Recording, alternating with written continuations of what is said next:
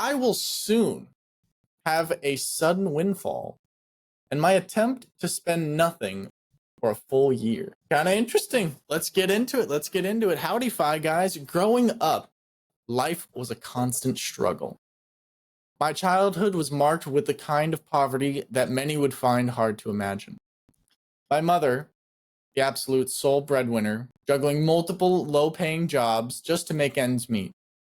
Despite her relentless efforts, we often found ourselves barely scraping by. The electricity would occasionally flicker off, a stark reminder of overdue bills, and our pantry would often be bare, forcing us to rely on food banks and the community to donate.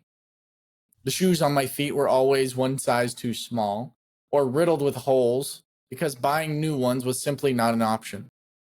This was the normal American poverty we endured, where every day was a battle for basic. Yeah. So let's stop right there.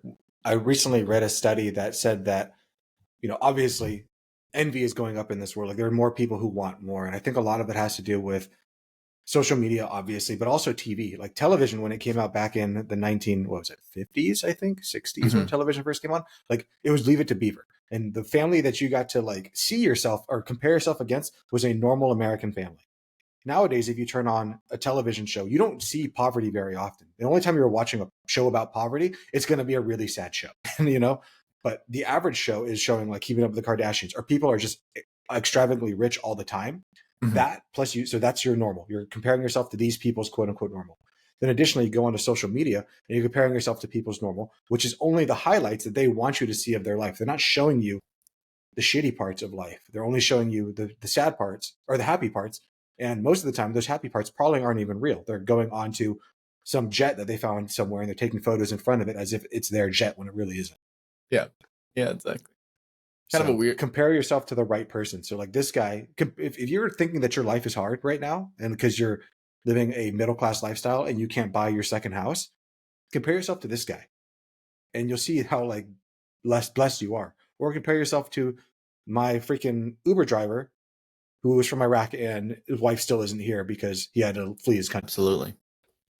My mom always, when I was a kid, my mom always used to tell me, I remember the day when we were kids, I've worked tirelessly to build a better life, climbing the ranks in the sales industry through sheer determination and grit. Now, as I stand on the brink of closing a massive deal, I'm set to receive a substantial commission check. This financial windfall presents a unique opportunity for me to create a safety net for my family. My plan is to invest a year's worth of supplies, ensuring that we have everything we need to minimize our reliance on regular shopping trips. With a 1,000-square-foot garage and a large utility closet at my disposal, I have ample space to store bulk purchases. My strategy is to buy bulk from large retailers such as Sam's Club, BJ's, or Costco's, or any local open box store that offers a significant discount to unsold items. By September, so he's taking this in a very different direction than I expected him to with the money. I didn't see this coming. I didn't see this coming at all. No, this is by September, I aim to accumulate enough supplies to cover all our needs for a year. This includes food, clothing. I don't understand the clothing one. Food, clothing, cleaning supplies, I get that. And even Christmas gifts.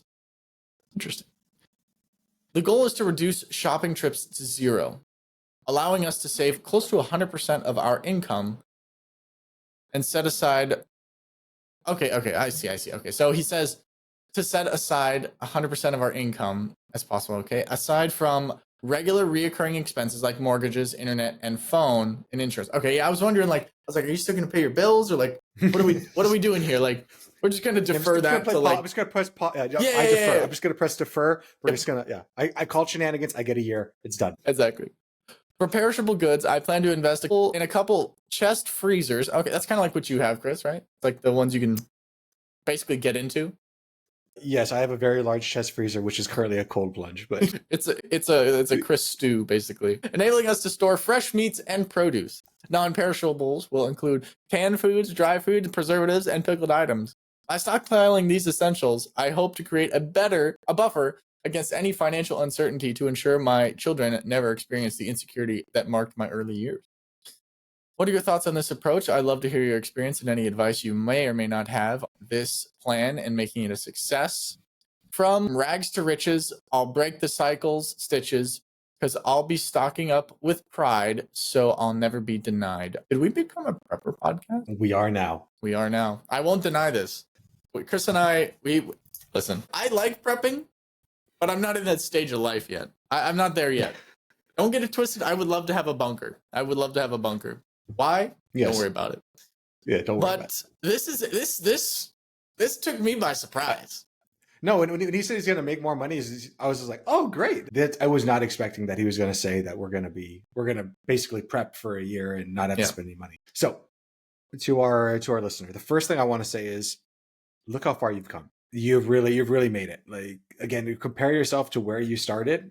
You know, it's really sad, but the best predictor of one's success has nothing to do with their intelligence, has nothing to do with the parents they were born to. It has to do with the zip code they were born in. And that is a very sad statement to say, that the zip code you're born in has more predictive powers on your future success than anything else. But that also means that people that pull themselves out of those things, because I think the inner cities, like, it's one of the strongest, it's one of the ways to become one of the strongest people in the world. If you can make it through an inner city and make it out of that experience and find success, you will be one of the toughest people. But the issue with the inner city is that it breaks most people that it touches. There's only a very select few that can find the right mindsets to tell themselves the right story to make it through that experience without succumbing to I'm not worthy, I'm not any of these things. So I understand where it's coming to. I always like to go back to people's childhood to figure out where they're coming from today when it comes to money. And when I heard this guy's story, which I'm glad that he put it in there, of that I grew up with insecurity, food insecurity, housing insecurity, all these things. And now it sounds like instead of trying to create financial security, he's trying to break down from food insecurity. I think the food insecurity is the biggest thing that's driving him right now, based off what I just heard with the deep freezers and the canned meats and all that stuff. Right now, I don't know what his lifestyle is. I don't know where he lives. I don't know anything like that. But it sounds like he is still trying to overcome the food insecurity that he dealt with as a child. Something that isn't the issue that he's dealing with right now. But he still feels that it's the most important thing because it happened to him during his most formative years. And like I said earlier, by the age of 7, you have basically formulated your thoughts on how money works. And right now, what I think he's formulated is it's feast or famine. And I'm about to feast, so I better get mine while I have it.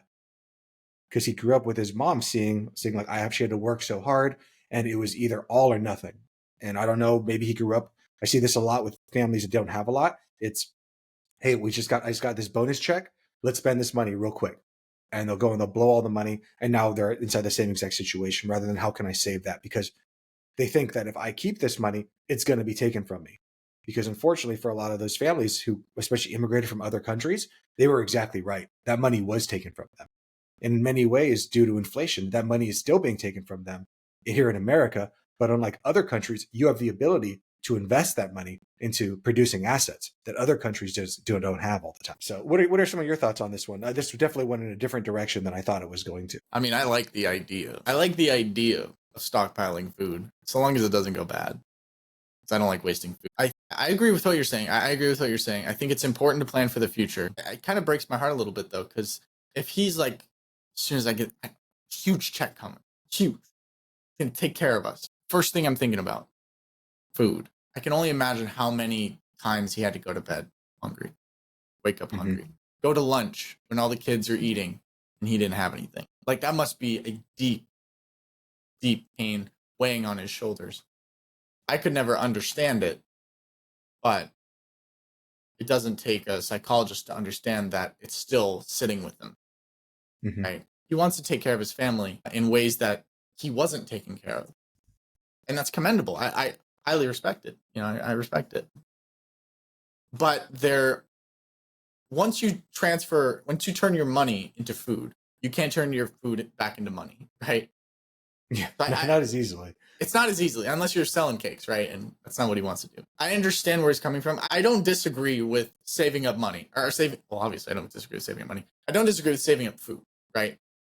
I probably wouldn't go a year, But again, personal finance is personal. If we're still talking about personal finance, I don't know if we're still talking about personal finance at this point. I don't think we are. I think right now we're talking about a story of, I think he's thinking that like, once I get this windfall, I'll finally have the money to, even if he sets himself up for a year, like life doesn't stop there. And there are some like big risks that I'm thinking of when it comes to this stuff. Number one is, I don't know where you live in the country, bro, but I know that I'm here in Arizona. And here in Arizona right now, it is the summertime. And if we have a power outage and you lose your chest freezers that's full of meat, or all that meat's gone. If the pipes burst and now there's water all over the floor, all of your freaking toilet paper is gone. Like, whatever it is that you have, you're really dependent on that to work out. And, you know, Dom and I would think about it that, like, if I had a year's worth of shit in my garage, that is now a year's worth of concern that I have in my brain that something's going to go wrong. And how much is that mental bandwidth worth it to you? To be like, what if someone breaks into my garage? What if I leave and I forget to close the garage? Like, all of that concern and fear. What if there's a fire and like now you lost all that money? Yeah, that's gone. I mean, what a year's worth of groceries? That's expensive. That's a lot of money. That's very expensive. No, we also need to think about the time value of money, right? Like, yes, he now has this food and stuff, but we also have to think that what could this money have done if not bought a year's worth of food? Could it have been invested in the markets? Could I maybe take my family on a vacation? Like something like, what things could we have done there? Are you and your wife aligned? Or are you and your spouse aligned on this journey together to see like what's best? Because what I think would be the worst thing is like you and your wife, you're like on rocky times and stuff like that. And maybe we could invest in like couples therapy or stuff like that to like maybe get our life back together. But instead of that, I'm going to buy a year's worth of food. And I can guarantee you that you're going to lose a lot more money by getting a divorce than you would on, you know, losing a year's worth of food. So, I mean, I don't know the situation, obviously, what's going on there, but it concerns me that we maybe have the ability to create up an emergency fund. An emergency fund where we could have 3 to 6 months of ability to ensure that we can make through those emergencies so that your kids don't have to be insecure when it comes to food and stuff like that. But instead, we're going to sacrifice that in order to have a year's worth of food and clothes and gifts and stuff inside the year, with the thought that I'm not going to want to buy anything else, which we all know is not true. I bet you most people listening to this, because if you're listening to this, it means you have a device that allows you to listen to this. So you're already in like the top 2% of the world. Like, so good for you. If you're listening to us, you've already made it. If I gave you everything that you wanted, if you had everything that you wanted, look around what you have pretty much everything at your disposal, you still want more. And my concern is it's going to get all this stuff and they're still going to go shopping. They're still going to see things. They're still going to have Amazon. They're still going to see more. And those desires are still going to be there. They're still going to spend more money. I really doubt the 100% savings rate that he's assuming is going to happen will happen, because also we have the fixed costs of the mortgage, the insurance, all that other stuff. Like, that's probably already taking up 50 to 60 to, for most people, 70% of their income. Yeah. I don't know. Could we compromise on 3 months? You know? Yeah. Or maybe just like a few months. I guess I'm wondering, like, what's his concern? Is he thinking like there's going to be another pandemic and stuff? And if I had a year, at least I would know I'd have a year. But even like at the depths of the pandemic, like, yeah, you couldn't get milk. But like, if you can't survive without milk, like, I don't know what to tell you. Like, drink some water, I guess. But even at the depths of the pandemic, when supply chains were really, really wrecked, I could still go to my store and get food. Could I get the food that I wanted to get? But there was never a time where I'm like, I don't know if I'm going to be able to eat. Yeah. And your pantry was, I mean, you're a common American, right? Your pantry's not empty. You don't wait till your pantry's completely empty. Fridge empty. Now I'm going to go to the store. Like, no, like your pantry and fridge hasn't been empty since the day you moved in. 100%. There's always going to be food. And it's crazy. Like, I'm trying to do this right now. I'm trying to eat everything in my house, in the pantry and in the kitchen, not like the couch. I'm trying to clear out my food, right? I want to see how long it takes me, right? It's taking me so long. And what's interesting is, like, normally I would already have went and got groceries by now, but there's still stuff in the freezer. There's still stuff in the pantry. It's like, well, let's try and cycle through this. So the food that we have actually lasts a lot longer than we think, right? So while you might buy food for a year, are you gonna now that I have 16 packs of Oreos in the garage, am I gonna go crazy because normally I'll have like maybe an Oreo or two a week. Now I'm having an Oreo Yeah. two a day. You know, It's maybe a you're lot of gonna discipline. overeat now.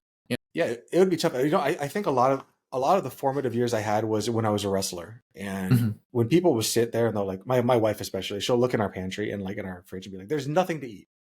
When like, of course, like the pantry's full and the fridge is full and the freezer is full of food. Yep. And you know, when I hear that, I think back when I was wrestling, and like when I was wrestling and I was starving myself to like lose 10 pounds in order to like win a meet. You don't know what true hunger is until you will literally eat anything to survive. What's even worse than the hunger is the thirst. Like, so if you're saying like, oh, I'm so hungry, there's nothing to eat, like you don't know what pain is. Like, pain is when the thirst comes on. That's far worse than the pain of food. But you know, when I hear that, like, I need more food, or we don't have any food or anything like that, it's like, you're not hungry enough to say that we don't have enough food. Because if you were really hungry, you would eat whatever's inside, you'll eat cat food if you like need to, if you're that hungry. So to our listener, what I would do first off, if I was him and I was trying to offer some advice, first off, I would evaluate the risks.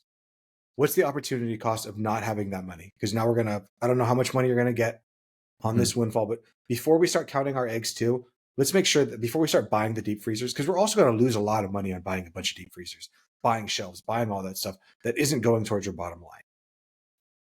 You know, right now, I don't think that we're going to have inflation isn't going to go backwards. Things aren't going to get cheaper. I agree with that. It definitely won't. But I think right now you're so concerned on what can I do to have the food so that I'll feel happy. But just think about the risks of what happens if the freezers go out. What happens if something goes wrong? What happens if there's a flood, a fire? All that stuff is gone. The next thing I would do in order to kind of help with that, if you decide that maybe the buying the food thing isn't the best move, is I would really focus on building an emergency fund. We have a cushion of 3 to 6 months. With you having kids, I would definitely go to the 6 months. Like 3 months with kids, like, it's all about your risk and your ability to get another job and how quickly that's going to go. Also think about your liquidity. Do you have cash available that is liquid? So if you have money, that's great. You don't have to go and put it into some freaking like interval fund that you can't take it out of.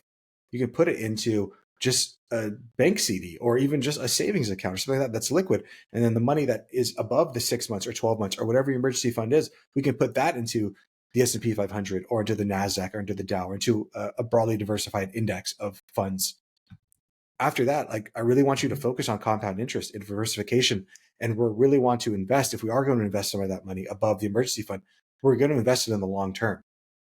If you're saying, hey, I need this money in a year because next year I want to go ahead and buy whatever it is, buy more deep freezers or whatever it is I want to buy, then we don't want to put that money in the market. You know, you're not going to put the money in the market and tomorrow I want it to double. And then by Tuesday, I want to double again. And by Wednesday, it'll double one more time. And then I'm going to win. If that's the way you think it's going to happen, just walk into a casino and start playing blackjack. Because at least when you lose your money, you'll feel like you had fun. Yeah, that's fair. Like, That's fair. That's a fair statement. Yeah, I hope that his financials are in order in regards to the crisis fund, the emergency fund, you know, all that stuff. yeah. And I would think that him saying this makes me think that he doesn't have a budget. He doesn't know how much he spends a year or anything like that. Because if he did, then he would know, like, hey, typically, like, or on the worst months, and that's the reason that I break down my budget into essential and non-essential. Because I know essential is like the mortgage and the utility payments and just the food at the grocery stores. I think a lot of people, they think that, you know, if I ran out of money, I'm going to die and it's over. But most people, they just don't run out of money and they die. They adapt. You adapt to your new normal and you figure it out. You know, I see it a lot with my retired clients of like, oh, well, what happened if I run out of money in my investment accounts? What happens if there's a 50% drawdown? What happens if this happens or this happens? It's not like, if we have a financial plan that says we can withdraw $20,000 a year from your portfolio and you'll be okay. And the winds go against us, and now we can't draw down $20,000. We can only draw down, I don't know, $15,000. It's not like you're going to be that person that goes, I said $20,000. I have to take out $20,000. You're going to adapt to the new normal and figure out, how can I live off 15,000 instead of 20? Is that going to suck? Yeah, you just lost 25% of your income. Of course that sucks, but you're going to figure it out. You're not going to just run it down to the ground, because we're not a computer simulation where we have to do this. We're human beings and we will adapt. Same with you, listener, you will adapt. So create a budget, know what your spendings are, and then from there we can start to figure out okay, I have this much money in savings. I have this much month of cushion that my kids will not have to worry about it. And if you have that, I think you'll be able to finally pull yourself out of the weeds, see that you're not food insecure, that you're in a fine position, which will allow you to start thinking about the long-term goals. Because right now, what I'm hearing is that I'm focused on making food right now. Like, I need to have this right now. And when you're focused on surviving right now, you're not thinking 3, 4, 5 steps in the future. You're not thinking about what happens when I reach retirement. You're thinking about how am I surviving right now? And from what I'm hearing, that was the way you grew up, but that is not the situation that you're in right now, because you have worked hard.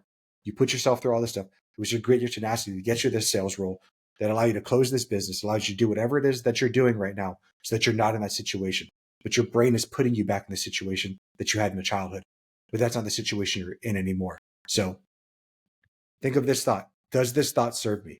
Does the thought of I am food insecure, everything's about to get pulled out from under me, does that serve you in your current junction in life? I would argue that it doesn't, but only you can make that decision. So maybe think about therapy. With that being said, best of luck. And you got this, man. Whatever you decide, I'm with it. Yeah, whatever you decide, man. It's your life. You're the master of your own destiny. So run it up. Yeah. And one thing that I always try to do is, regardless if I agree with you or disagree with you, I'm going to take the opposite side. Yeah. Just because I want to know that you thought it through. Yeah. Because right now, I mean, I don't know, maybe he's talking to all of his doomsday prepper buddies and they're like, that's such a good idea. But until someone else from another point of view says like, hey, what about this? He's never going to think about that. And obviously he wouldn't think about that because it's a blind spot and you can't see your blind spots because by definition, they are blind spots. Well, good luck. And maybe you'll write back into us. We'd love to hear from you again. This video podcast is sponsored by Mons on Wealth. The content in this podcast is for informational purposes only and should not be considered financial advice. We do not endorse specific products or services. Past performance does not guarantee future results. The opinions expressed are those of the hosts and guests, not the podcast sponsor. It is crucial to consult with a qualified financial advisor or professional who can provide advice tailored to your specific needs before making any financial decisions, investments, or taking any other actions. If you are seeking specified help, you can reach out to Chris at monsonwealth.com.